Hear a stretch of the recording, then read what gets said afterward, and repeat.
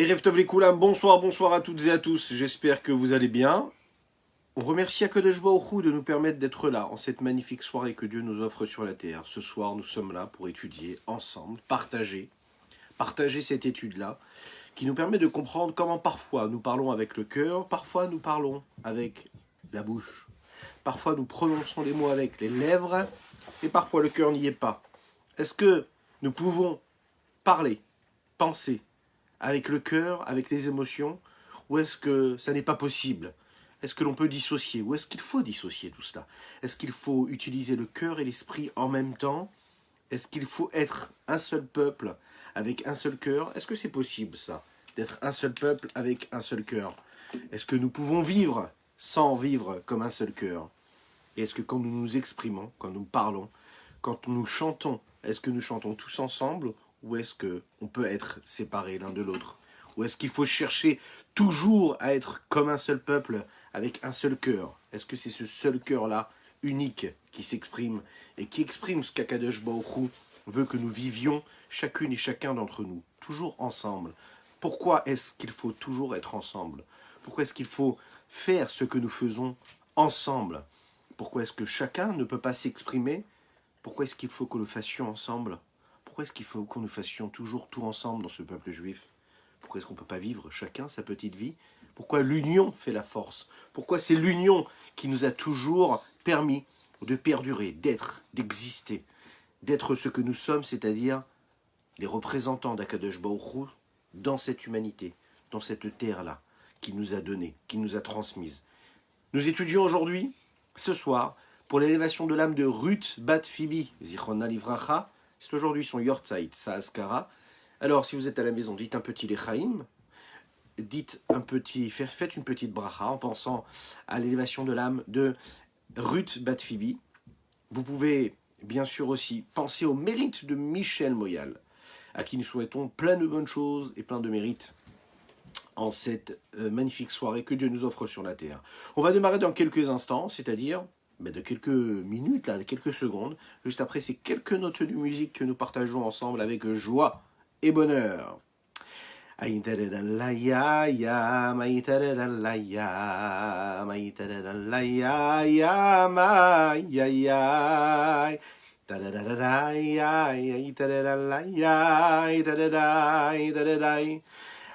la ya da my da la ya my da la ya my ya ya my da la ya da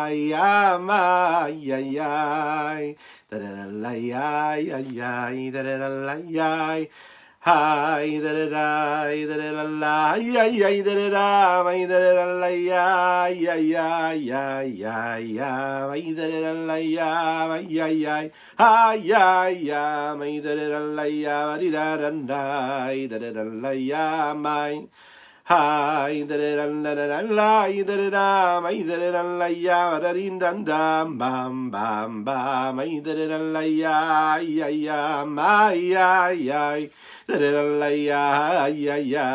da my Tiddy diddy la ya ya da we did la ya ya ya ya ya hi did la ya ya ya ya ya hi did la ya ya ya ya ya ma ya ya ya ya ya ya ya ya ha ya ya ya ya did ya ya ma ya ya hi da la ya ya ya da ya ya ma ya Erev Tov les Koulam, bonsoir à toutes et à tous. Je suis infiniment heureux de vous retrouver en cette magnifique soirée que Dieu nous offre sur la terre. Nous allons parler de cœur, nous allons parler d'unité, nous allons parler d'unité. Nous allons parler d'unité ce soir, vous et moi, ensemble. Donc, et pour cela, pour que nous soyons tous ensemble et unis, il faut que vous partagiez, puisque vous êtes la force de ce rendez-vous, que vous commentiez et que vous likiez cette publication. Je compte sur chacune et chacun d'entre vous. Nous étudions ce soir, comme je le disais, pour l'élévation de l'âme, de Ruth Bat Phoebe, Zichron Livracha, Ardout Israël, l'unité du peuple juif. Oui, c'est un vœu pieux. On parle souvent de l'unité, on parle de la nécessité d'être dans l'unité. On parle souvent de la Ahavat Israël. Aimer son prochain comme soi-même. Il faut s'aimer, c'est quelque chose qui est très important. Parfois on aime, on le dit, mais parfois on n'aime pas dans le cœur. Parfois on aime dans le cœur et parfois nous ne le disions pas. Disons pas. Est-ce qu'il faut essayer de faire en sorte que ce que nous pensons, ce que nous ressentons, ce soit ce que nous disons? Oui, parce qu'il faut s'évertuer à ça. On parle beaucoup d'unité. Mais qu'est-ce que c'est véritablement l'unité? La hardout, l'unité du peuple juif. Pourquoi est-ce qu'il faut être uni? Et comment on réussit cela? Comment on réussit à être uni? Comment on réussit à être uni? On ne nous donne pas toujours la technique. On ne nous donne pas toujours les outils qui nous permettent de réellement être unis. Ça demande des efforts, ça nécessite des efforts. Dans ce que la paracha nous raconte, dans la richesse des enseignements de notre paracha de Béchalach, nous voyons ce que veut dire vraiment l'unité, la nécessité de l'union. Dans notre paracha de Béchalach, on nous parle d'un moment qui est très particulier, le moment où les bénis Israël sortent d'Égypte. Et dans ce moment-là, il y a différentes étapes. Il y a cette étape où les bénis Israël arrivent devant la mer, et là, nous en avons parlé hier, il y a ces différents groupes là qui se précisent. Et il y en a qui pensent qu'il faut combattre les Égyptiens, qui sont juste derrière. Il y a ceux qui disent qu'il faut se jeter à la mer. Puis il y a ceux qui disent qu'il faut retourner en Égypte, et ceux qui disent qu'il faut prier Dieu. Nous l'avons vu hier. Chacun a son enseignement précis et particulier à nous apprendre.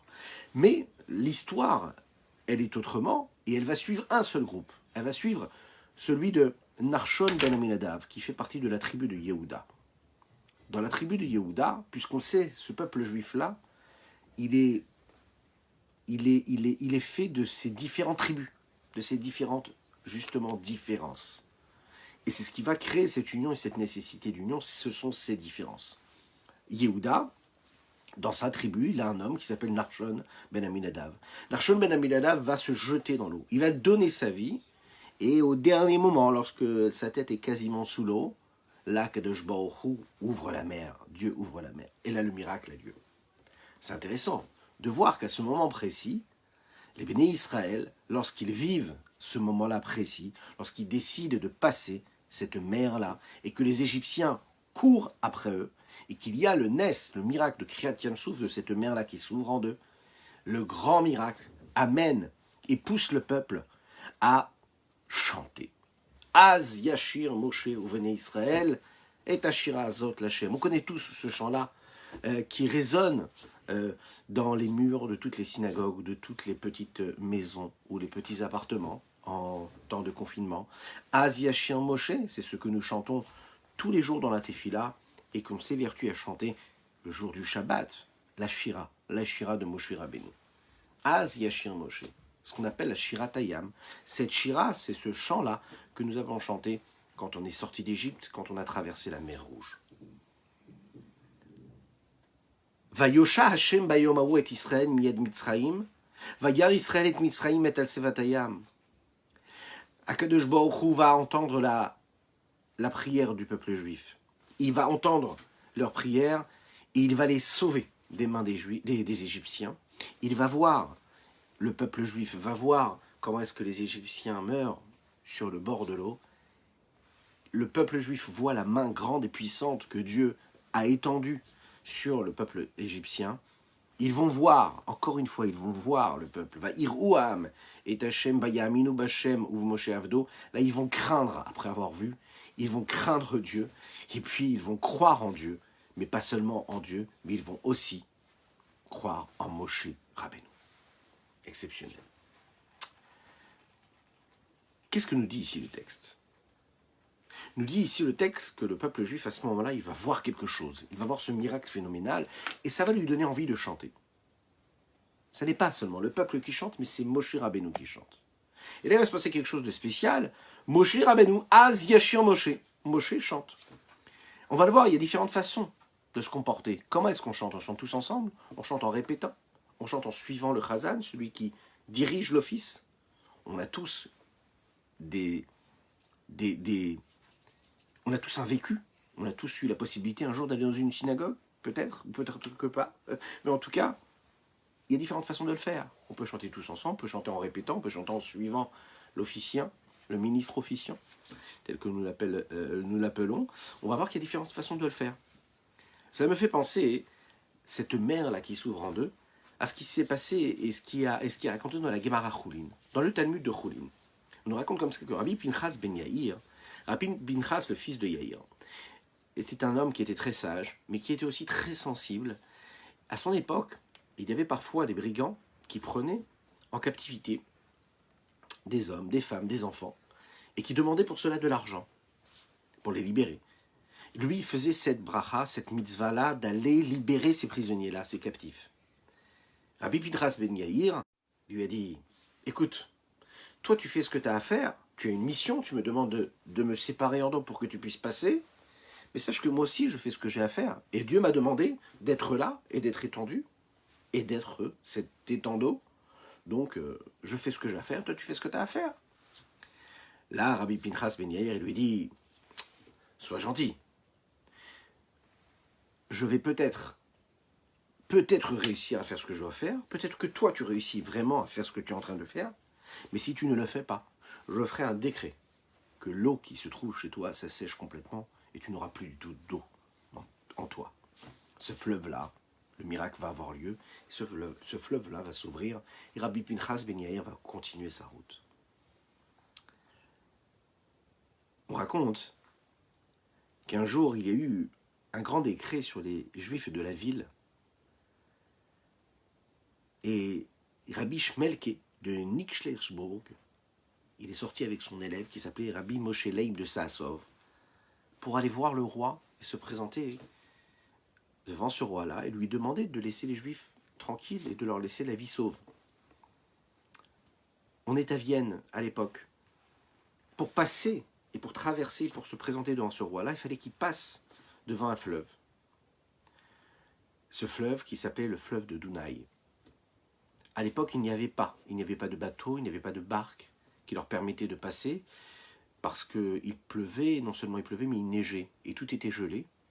Et puis ce fleuve-là était tellement gelé qu'on ne pouvait pas y passer, on ne pouvait pas le traverser. Il fallait attendre quelques jours. Le problème, c'est que le décret du roi allait s'abattre sur la communauté juive et eux, il fallait absolument qu'ils aillent se présenter devant ce roi-là pour lui demander miséricorde. Ils ont pris une petite barque, ils se sont posés dessus, ils n'ont attendu personne. Et le Rav a commencé à chanter Shiratayam. Il a chanté Asia Shir Moshe. Son élève qui était à côté de lui s'est mis lui aussi à chanter Asia Shir Moshe. Et là, par miracle, la barque s'est mise à avancer, elle a réussi à fendre la glace, et puis avancer. Toutes les personnes qui étaient de l'autre côté se sont rendues compte de ce miracle-là. Tout le monde en a parlé, et du bouche à oreille, c'est arrivé jusqu'aux oreilles des ministres, des princes et du roi qui étaient censés les recevoir. Ils ont été tellement émerveillés par ce miracle-là, ils ont compris qu'ils avaient affaire à un très très grand sadique, un très grand maître, quelqu'un de saint, un homme saint, et tout de suite ils ont accepté sa demande, et ils ont annulé le décret qui était tombé sur le peuple juif, sur cette ville-là. L'Echaim, l'Echaim, l'Echaim. Az Yashir Moshe veni Israël. Nous parlons au futur. Az Yashir Moshe. C'est alors que Moshe chantera. Il chantera ce chant-là, et les bénis Israël chanteront aussi cette shira-là, ce chant-là. Vayomrou l'Hashem, les morts, ils le disent, hein, Ashira l'Hashem ki gaoga'a susvorvo ramabayam. Dieu est grand, Dieu est puissant. Il a englouti dans sa mer les chevaux et ceux qui chevauchaient ces chevaux. Ozi vezimratka vayeli lishua ze keli vaneveu eloke havi varomemene. De ce qui est dit ici dans les mots de la Torah, il ressort que quoi? Que c'est Moshe Rabbeinu qui était ce qu'on appelle le Chazan, le Shaliach Tzibor, qui conduisait l'office, qui dirigeait l'office, et que tout le monde derrière répétait après lui.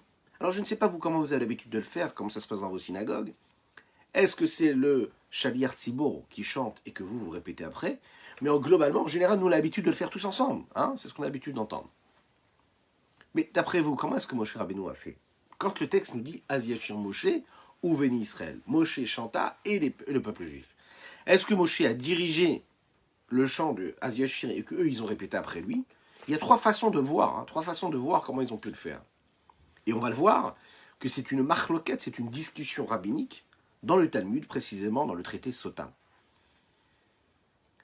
Daraj Rabbi Akiva le dit. Quand ils ont commencé à monter cette mer-là, qui se séparait en deux, ils ont commencé à chanter cette shira. Comment est-ce qu'ils l'ont dit, cette shira? Comment est-ce qu'ils ont chanté ce chant de Haziashia? Est-ce que c'était une personne qui la disait et qu'eux, ils répétaient après eux? Est-ce que c'était une question-réponse? Rabbi Akiva, lui, pense que Moshe disait par exemple Ashira Lachem, je chanterai pour Dieu, et eux ils répondaient Ashira Lachem, je chanterai pour Dieu. Moshe disait Kigaoga, car c'est un homme qui est, c'est un Dieu qui est fier et qui est grand et qui est puissant, et puis le peuple juif répondait Ashira Lachem, on va chanter pour Dieu. Il y avait une forme de question-réponse. Vient Rabbi Elazar, Beno, chez Rabbi Yossi Agalili, Rabbi Elazar, le fils de Rabbi Yossi Agalili, et Reftov, mon ami, il dit aux choses, il dit non, c'est comme un enfant qui lit le Hallel et que tout le monde répond après lui. C'est-à-dire que Moshe disait Ashira Lachem, et tout le monde répétait Ashira Lachem. Moshe disait Kigao Ga'a, et tout le monde répétait Kigao Ga'a. Il y a un troisième avis qui dit non. La Shira, elle est dédite d'une manière différente. Rabbi Nechemia Omer, Rabbi Nechemia il dit que Sofer Apores al Shema bebet hakneset, Shupoter Trila venonim acharav.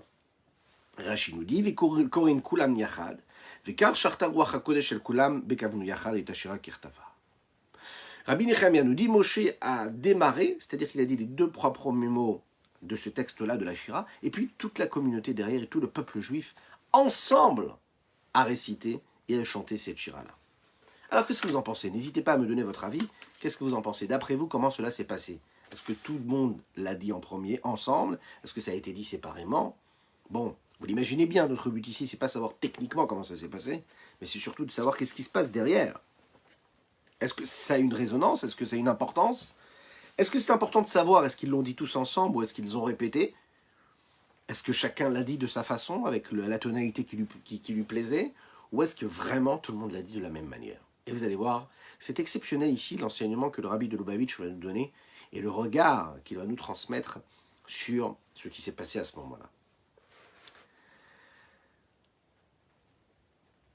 Pour essayer de comprendre cela, il faut se poser la question et voir ce que le Or HaChaim HaKadosh, le Rabbi Chaim Ben Attar, nous apporte comme réponse, comme allez, et de cette façon qu'on arrive à voir un petit peu de ce que l'on peut entrevoir de cette signification-là. Tout le monde est d'accord que Moshe Rabbeinu, et tous les avis pensent que Moshe Rabbeinu avait un rôle central dans ce moment-là précis où les Béni Israël chantent la Shira. La preuve, c'est qu'il est dit dans le texte Aziashir Moshe. Pourquoi Moshe? Il dit comme ça. Le Or HaChaim, dans les mots, je vous le dis ici. Vayomru les morts à Shira, Pirouche et Amrou Zelazé les morts. Qu'est-ce que ça veut dire Vayomru les morts? Et ils ont dit en disant, qu'est-ce que ça veut dire? C'est-à-dire que chacun a dit à son prochain, il lui a dit, hé, tu sais quoi, viens, on dit la Shira. Chacun a encouragé l'autre à dire la Shira. C'est pas chacun pour sa peau qui pensait qu'il avait envie de dire et qu'il disait, non, chacun investissait de l'énergie pour encourager l'autre à dire la Shira. Ça veut dire, Shiomru Shira Yachad, Belo Bechinat Ishtanut Ve'afrada. Le Or HaChaim, Rabbi Chaim Ben Attar nous dit ici que chacun devait le dire à l'autre et chacun se disait qu'il fallait qu'ils le disent tous ensemble et que chacun le dise ensemble et non pas séparé, chacun avec sa particularité, sa définition. Sans séparation. Que tout le monde puisse le dire ensemble, et c'est la raison pour laquelle tout le monde a dit de manière précise et définie Ashira, je chanterai, mais tout le monde l'a dit en même temps. Ça veut dire que tout le monde a vu la puissance du miracle. Ils étaient tellement dans une émotion tellement grande que en eux s'est réveillé cet esprit-là d'envie d'unité. Le miracle a fait naître en eux cette envie-là, ce désir énorme de se retrouver unis.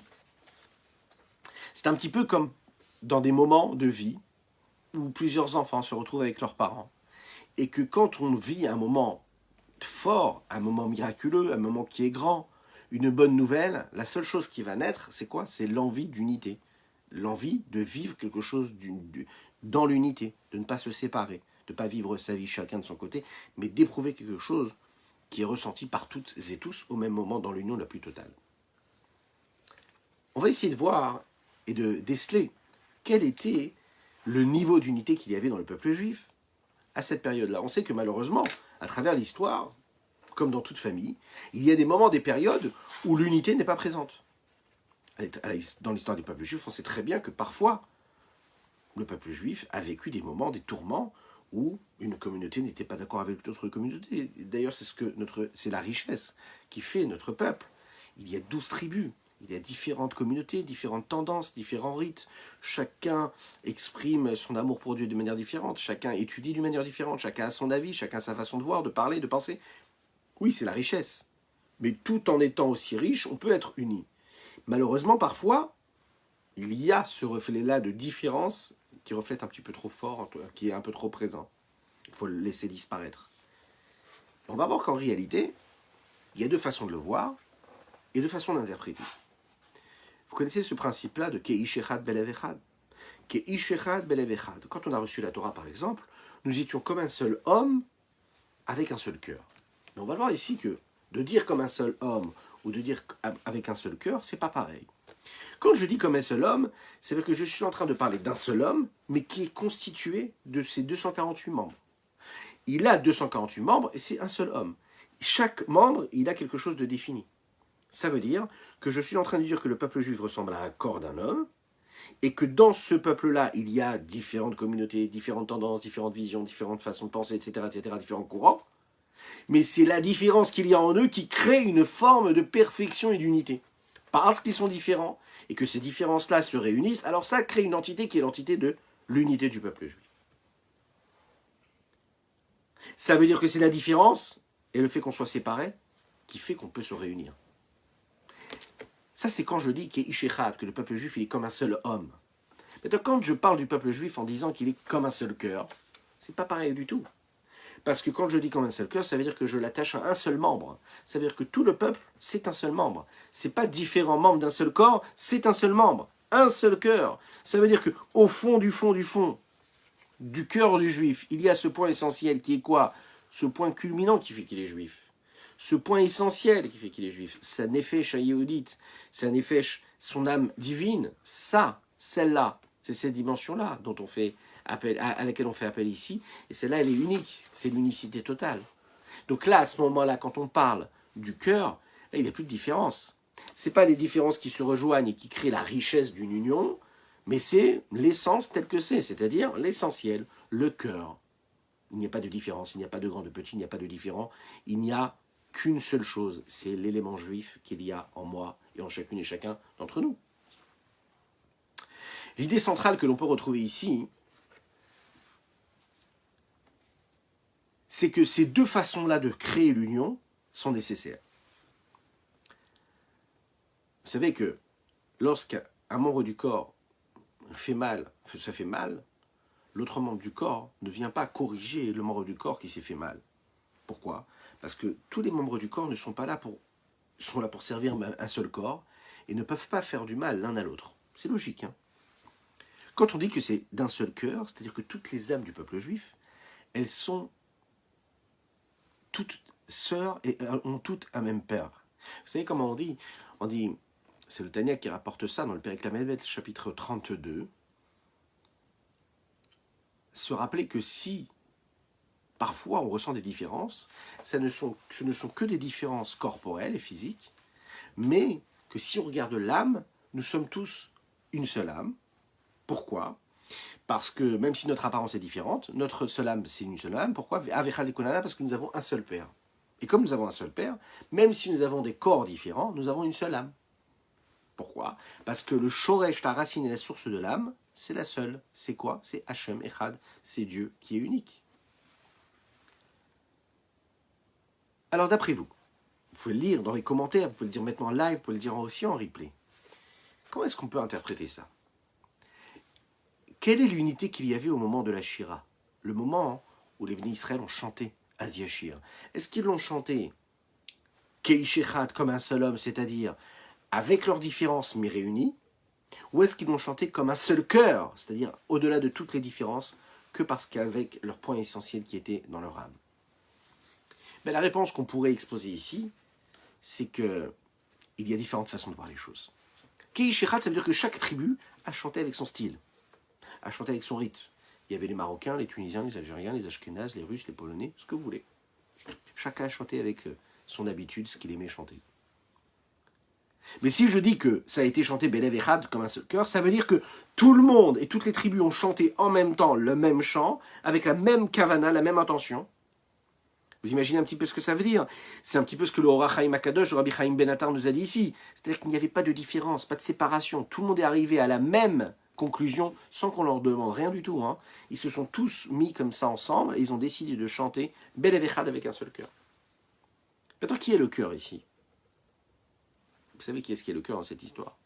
Le cœur, c'est Moshe Rabbeinu. Le cœur, c'est Moshe Rabbeinu. Pourquoi? Parce que Moshe Rabbeinu, il est au-dessus de tous. Moshe Rabbeinu, c'est celui qui fait sortir le peuple juif. Et Moshe Rabbeinu, c'est le phare dans la nuit de nos doutes. C'est le phare, vous savez, celui qui est là, comme ça, à l'horizon, et qui permet à chacun de trouver la bonne direction. Même lorsqu'on est dans cette mer-là, et qu'on traverse cette mer-là, il y a un phare dans cette nuit. Et ce phare, c'est Moshe Rabbeinu qui éclaire cette route.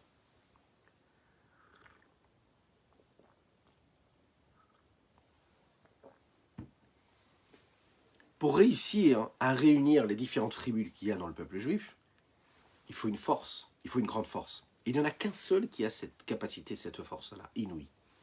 C'est Moshe Rabbeinu. C'est pas simple de le réussir. C'est pas simple de réussir à faire en sorte que tout ce peuple-là, il va se réunir et chanter comme un seul cœur. Il faut une force qui va les réunir. Il faut un leader. Il faut quelqu'un qui sera capable de représenter tout le Ham Israël, tout le peuple juif. Il faut quelqu'un qui soit apolitique. Il faut quelqu'un qui n'ait pas du tout de sensibilité précise. Il faut qu'il soit au-dessus de tout ça. Moshe Rabbeinu. Moshe Rabbeinu, c'est un petit peu le roi. Vous savez, le roi, c'est celui qui est au-dessus de tout, qui a la possibilité de voir les choses avec hauteur, avec recul. Et on peut comprendre pourquoi est-ce que c'est Moshe qui a dirigé ce chant-là. C'était pas juste quelque chose de technique qui voulait diriger comme un chazan ou comme un shaliach tzibour, comme le ministre officiant qui lance comme ça un chant que tout le monde suit. Non, pas du tout. Le but, quand il commence à chanter Az-Yashir, c'est de créer à ce moment précis, de stopper les différences. À ce moment précis, avec une émotion phénoménale, il profite de ce moment où le peuple juif est ébahi par ce qu'il voit. Ils sont en train de traverser cette mer que Akadosh Baruch Hu leur a ouverte devant leurs yeux. Ils sont époustouflés. C'est l'émotion la plus totale. Ils sont en train de traverser. Sur les deux côtés, il y a des petites fleurs qui poussent. Il y a des arbres fruitiers qui poussent sur les parois de la mer qui s'est coupée en deux. Vous imaginez un petit peu l'émotion. Ils sont là, ils éprouvent cet attachement avec Dieu. Et là, Moshe Rabbeinu profite de ce moment-là pour faire disparaître toutes les différences qu'il y a. Il n'y a plus de différence. Il veut parler au cœur de chacun et révéler la dimension profonde du cœur de chacune et de chacun. Et il veut les révéler tels qu'ils sont dans l'union. Il veut sortir, il veut partir des différences.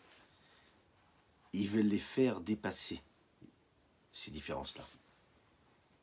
C'est Moshe qui va créer l'union à ce moment-là. Regardez ce que dit le Midrash Mechilta et regardez ce que Rashi nous dit à ce sujet. Mechilta, il dit « Az yashir Moshe uveni Israël » Moshe représente tout le peuple juif. Qu'est-ce que ça veut dire, Az yashir Moshe uveni Israël? C'est que Moshe, c'est comme le peuple juif entier, tout entier. Et tout le peuple juif, c'est comme Moshe. Rashi nous dit « Vaishlach Israël malachim » Il est dit comme ça à un moment dans le texte qu'Israël a envoyé des malachim. Et on explique que la mission a été donnée par Moshe Rabbeinu. Qu'est-ce que cela veut dire? Ça veut dire qu'en réalité, il faut savoir que le peuple juif, c'est Moshe, et que Moshe, c'est le peuple juif. Il n'y a pas de différence. Qui a Nassi ou à Kol. Parce que le chef de la génération, c'est tout. Il éprouve tout ce que la génération peut ressentir. Il n'y a pas de différence.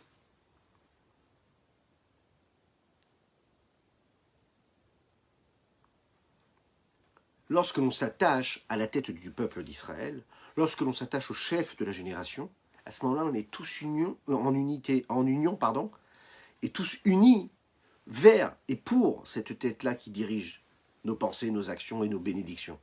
On se vit dans cette union-là. Mais, encore une fois, nous l'avons vu, il y a 3 façons de se réunir. C'est pas si évident que cela. Vous savez, c'est un petit peu comme l'unité et l'union qu'il y a dans une famille. on sait très bien qu'il y a différentes façons de réunir la famille. Parfois, ce sont les parents qui réunissent les enfants. Parfois, ce sont les enfants qui réunissent les parents. Parfois, c'est dans différentes situations. Vous savez, par exemple, de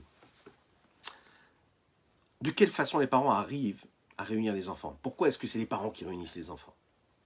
Parce que les parents, ils ont donné toute leur vie pour éduquer les enfants, les faire grandir, leur donner ce qu'ils ont besoin de recevoir. Parfois pas assez, parfois trop. Mais dans la norme, le but c'est que les parents fassent grandir leurs enfants, leur donnent ce qu'ils ont besoin de recevoir, les éduquent comme il faut, leur donnent des valeurs, matériellement et spirituellement, qui leur donnent tout ce dont ils ont besoin pour grandir, pour évoluer, pour être et pour devenir ce qu'ils doivent devenir. Une fois qu'ils ont fait ce travail-là, qu'ils ont évolué, qu'ils ont grandi, et donc que les parents vieillissent, à ce moment-là, le seul point commun qu'il y a à travers chaque enfant, ce qui relie les frères et sœurs d'une famille, d'un foyer, c'est les parents. Ce sont les parents qui font ce travail-là. Parce qu'il y a des parents, alors on peut avoir un lien avec son frère et sa sœur. C'est eux qui nous permettent d'avoir ce lien-là. Il y a différentes façons de le faire. Lorsqu'on va se réunir avec les parents, parfois c'est les parents qui vont prendre l'initiative de tout faire, de s'occuper de tout payer, de tout organiser. Parfois vous avez d'autres familles où, non, les parents vont initier l'idée, puis les enfants font tout ce qu'ils ont à faire. On imagine par exemple un Shabbat, chacun qui va emmener la salade qu'il faut apporter, chacun il va apporter ce qu'il faut apporter, chacun il apporte ce qu'il est capable de faire, chacun apporte sa petite pierre à cette unité-là. Il y a différentes façons de faire. Vous avez d'autres familles où ceux qui sont dominants, c'est plutôt les enfants, puis les parents, ils sont invités. Les parents n'ont rien à faire, ils ont juste là à profiter. Il y a différentes façons de vivre cette union-là. Mais on est d'accord que ce sont les parents toujours qui créent cette union-là. Au moment de Kriyat Yam Souf, il faut un père, il faut des parents à ce peuple juif-là, qui vit à travers toutes ces différences-là. Moshe Rabbeinu, lui, c'est lui qui prend ce rôle-là. Moshe Rabbeinu va prendre ce rôle-là de se dire, moi je suis celui qui va diriger le peuple juif et qui va tout de suite ancrer en eux cette capacité d'union. Mais pas seulement cette capacité, cette union-là, cette nécessité d'union. Cette nécessité, ça veut dire que c'est quelque chose qu'on va toujours devoir chercher. Il va ancrer en eux que ce qu'ils vont devoir toujours chercher, c'est cette union-là. C'est pas que tu peux être uni et ne pas l'être. C'est que tu dois toujours chercher à être uni. Tu ne dois pas te laisser faire. Tu dois faire tout ce que tu peux faire pour aller chercher cette unité-là. Si tu n'as pas d'unité, c'est que tu passes à côté complètement de l'existence. Tu ne peux pas vivre en tant que peuple juif si tu n'es pas dans cette unité-là. Toutes les différences que l'on a chacune et chacun d'entre nous, elles sont là pour nourrir parce qu'elles sont dirigées vers ce cœur-là. Et c'est ce que Moshe Rabbeinu est en train de faire. Il est en train de dire, la seule chose qui nous intéresse ici, c'est que vous puissiez vivre cette union parce que vous dirigez votre cœur. La hardoute qui est vécue à ce moment-là, de Kriyat Yam Souf, cette unité qui est vécue lorsque le peuple juif sort d'Égypte, elle est vécue aussi, et ce qui est très très joli, c'est qu'il y a un midrash par exemple qui nous dit qu'ils sont sortis d'Égypte, ils sont sortis ensemble, mais il y avait en réalité 12 couloirs. 12 couloirs et chaque tribu est sortie par un couloir. A priori, on voit ici des différences. Quelles sont les différences? Que chacun est sorti tel que lui il était, et qu'on n'était pas dans l'union. Et on va voir que c'est complètement autre chose qui se passe. À travers la Shira, à travers ce Hazigashir Moshe, c'est complètement l'inverse qui se passe. Dans les différences, on est en train d'élever ces différences à travers le chant de la Shira. Ce qui se passe pendant cette Shira-là, c'est très très fort. Dans la Kabbalah, on nous dit que c'était très très fort, c'était très puissant, c'était une connexion avec le divin. On pouvait voir des choses que les grands tzadikim n'ont pas la possibilité de voir. Ils voyaient, ils ressentaient la présence d'Akadosh Baruch Hu. À ce moment-là, quand ils expriment leur remerciement envers Dieu, pour tout ce qu'il fait pour eux, ces remerciements, ils les formulent avec cette unité-là, avec cette union. Il y a une morale à double sens de cette histoire-là, de cette Shira qui est vécue dans cette unité-là. D'un côté, on apprend qu'on est tous au même niveau. On est tous au même niveau, ça fait peu importe nos différences, peu importe la qualité, peu importe nos attitudes, peu importe ce que nous sommes chacun et chacune, on est tous les mêmes, on est tous au même niveau. Pourquoi? Parce qu'on fait partie de ce peuple juif. Chacun a ce point qui est en lui, cette âme divine, Ve'amer kulam tzadikim, et tout le peuple juif vit ce niveau-là de tzadikim. Donc de ce niveau-là, et si on regarde ça de cet angle-là, il n'y a pas de différence entre ce juif-là et un autre juif. Donc je vais regarder chacun avec tout l'amour que je peux éprouver, parce que c'est mon frère juif.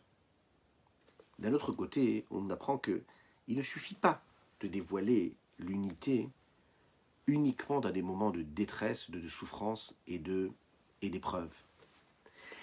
Parfois, on a tendance à penser que l'unité, on doit la révéler, la réveiller, quand c'est compliqué, quand il y a des problèmes. Malheureusement, parfois, des familles peuvent vivre des mois, des années entières, sans se parler, parce qu'il y a des différences, parce qu'il y a de la jalousie, parce qu'il y a de la fierté mal placée, parce qu'un mot a été prononcé, et comme ça, on peut perdre complètement toute une existence. Quand on est conscient, et quand on se rappelle, quand on pense, et qu'on se rappelle que Moshe Rabbeinu, c'est lui qui va être ce leader-là, qui va démarrer cette shira-là. Il y a un moment où les mots ne suffisent pas et il faut chanter. Et ce ne sont pas des mots qui expriment ce que chacun avait à dire, mais ce que Moshe lui avait interprété à ce moment-là. C'est des mots qui dépassent les mots de chacun. C'est des mots qui dépassent l'appréciation de chaque tribu, de chacun et chacune du peuple juif. Quand chacun va prononcer les mêmes mots que Moshe Rabbeinu, lui, va prononcer, quand tout le monde va entonner avec la même tonalité, avec le même rythme, avec les mêmes silences, pour donner de la place à ce chant-là. C'est-à-dire l'humilité de chacun, l'abnégation de chacun, que chacun se met en retrait pour laisser passer quoi? Quelque chose qui nous dépasse chacun, quelque chose qui dépasse et qui est au-dessus de toutes nos différences. C'est-à-dire le vrai message de cette union-là, qui est le remerciement d'Hachem, le remerciement d'Hachem pour tout ce qu'il nous donne dans notre vie. Dans une famille comme dans le peuple juif, c'est cette dimension qui permet de sortir de nos limites, de nos différences. Et c'est ce qui fait que, au lieu de passer des mois et des années comme ça, à attendre des moments chas v'chalila, que Dieu nous en préserve, des preuves où là on est capable, on se sent obligé d'aller trouver des ressources en nous pour aller se dire, allez, on va réunir, on va se réunir. Il faut se dire que c'est complètement autre chose. Il faut chercher les moments de joie, les moments de tous les jours, tous les petits moments, les petits instants que nous passons dans la vie, ces petits instants qui nous paraissent insignifiants, qui nous paraissent futiles, qui nous paraissent banals. Juste une journée normale. Ben, une journée normale, c'est une raison assez forte pour se dire qu'est-ce que je peux faire pour retrouver l'amour, qu'est-ce que je peux faire pour régénérer et pour réactiver ce lien-là qu'on est censé avoir dans une famille. Mais là, on parle du tout du peuple juif, la grande famille du peuple juif. Mais chacun aussi, chacun et chacune d'entre nous, avec notre propre famille, dans ce qu'on est capable d'investir dans cette recherche de l'union, de l'unité. Ça, c'est un effort qui est phénoménal. Oui, ça demande des efforts, mais pourtant, on sait que dans les moments difficiles, ça nous paraît beaucoup plus facile. L'enseignement que cette shira-là, cette union qui a été nécessaire, qui a été vécue, qui a été véhiculée par Moshe Rabbeinu dans ce moment si important qui était la sortie d'Égypte et cette traversée de la mer Rouge, nous rappelle comment c'est ce qui doit ne pas nous lâcher. On doit toujours être... Ça doit devenir une obsession d'aller chercher cette unité-là. On ne peut pas se dire qu'on va, par exemple ce soir, et ça peut être un très beau challenge, se dire qu'on va aller se coucher en sachant qu'on a quelqu'un proche de notre famille à qui on ne parle pas. Et parce que malheureusement ça arrive aussi. Et on doit se dire que c'est pas possible. Peu importe les différences, ça n'est pas possible. Cette union, cette unité-là, on doit la trouver dans les jours où tout se passe bien, dans tous les moments de vie, dans les moments insignifiants, on doit réveiller, réactiver cette simra, cette joie-là qui nous permet de partager, de créer cette unité-là. Quand on cherche ce message-là, quand on va au-devant, quand on n'attend pas que cela arrive, alors on a la possibilité, vous savez quoi, de créer cette union-là qui a été vécue, qui nous permettait de dépasser les différences. Et que dans les différences, il y avait cette richesse qui s'est révélée au moment de la sortie du peuple juif. Parce que ce sont les différences du peuple juif qui font et qui créent cette unité-là. La subtilité, le raffinement de chacun, sa personnalité, sa particularité, sa richesse qui crée, qui permet justement cette union-là que l'on doit révéler. Voilà ce qu'on pouvait dire aujourd'hui sur cette, un pan qui reflète ce qui était ce moment-là si grand, si grandiose de la Shira. Il y a tant à dire. On a essayé de soulever un des points qui avait été soulevé ici par le Rabbi de Lubavitch dans une de ses sirotes sur cette question-là. à savoir que nous étions tous comme un seul homme, mais surtout, surtout, surtout, comme un seul cœur, puisque ce cœur-là qui est au-dessus de tous les membres du corps, qui sont eux différents, même s'ils font partie d'un seul corps, on est tous le même cœur.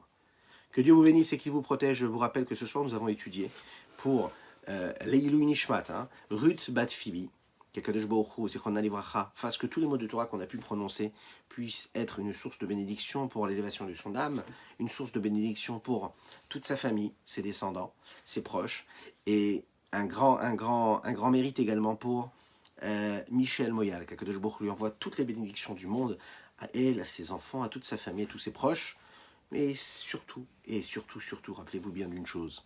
Chaque petit geste, chaque petit regard, chaque petit effort que vous allez pouvoir faire dans votre vie pour raviver l'union, c'est cette union-là qui nous amènera à l'union totale, celle qui va nous permettre de vivre le moment tant attendu du dévoilement du roi Mashiach, que l'on puisse se voir Bezrat Hashem demain, en force et avec la conviction qu'il faut et qui est nécessaire, à 7 h du matin. Oui, 7 h. Bah oui, il faut se lever. C'est important, c'est important. Razak, mon ami Laurent. Et dans la joie, et qu'on soit au Beth Amikdash, avec le Mashiach, avec tous nos êtres proches. Que Dieu vous bénisse et qu'il vous protège. Je compte sur vos likes, sur vos commentaires et sur vos partages. Voilà. On termine en chanson. Eh oui. Ashreino, Ashreino, Ashreino, Matoy Chelgeino, Ashreino, Ashreino, Matoy Chelgeino, Ashreino, Ashreino, Ashreino, Matoy Chelgeino, Ashreino, Ashreino, Matoy Chelgeino. Umanaim, go aleinu, Umaya Faya Yerushateinu, Umanaim go aleinu, Umaya Faya Yerushateinu, Umanaim go aleinu, Umaya Faya Yerushateinu, Umanaim go aleinu, Umaya Faya Yava Yerushateinu, Naim, Goraleinu, Yafa Yerushateinu, Naim, Goraleinu, Yafa Yerushateinu, Naim, Goraleinu, Yafa Yerushateinu, Naim, Goraleinu, Yafa Yerushateinu. Erev Tov. Excellente soirée à vous.